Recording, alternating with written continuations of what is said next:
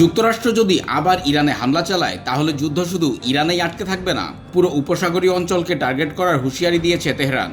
রয়টার্সের প্রতিবেদনে বলা হয়েছে, সৌদি আরব, কাতার, তুরস্ক সহ কয়েকটি দেশের সঙ্গে কূটনৈতিক যোগাযোগে ইরান এই সতর্কবার্তা পৌঁছে দিয়েছে।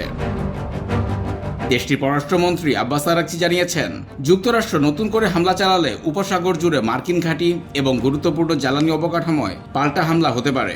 অর্থাৎ তেহরানের বার্তা বেশ স্পষ্ট, যুদ্ধ চাই না, কিন্তু হামলা হলে জবাব দিতে প্রস্তুত।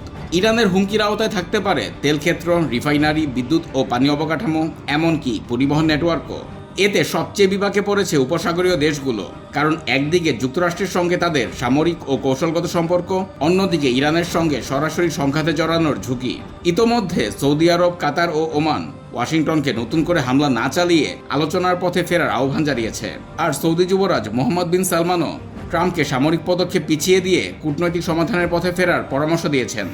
অর্থাৎ এখন প্রশ্ন শুধু যুক্তরাষ্ট্র ইরান যুদ্ধ হবে কিনা সেটা নয়, যুদ্ধ শুরু হলে সেটা কি পুরো উপসাগরকে নতুন সংঘাতের দিকে ঠেলে দেবে কিনা সেটাই এখন প্রশ্ন।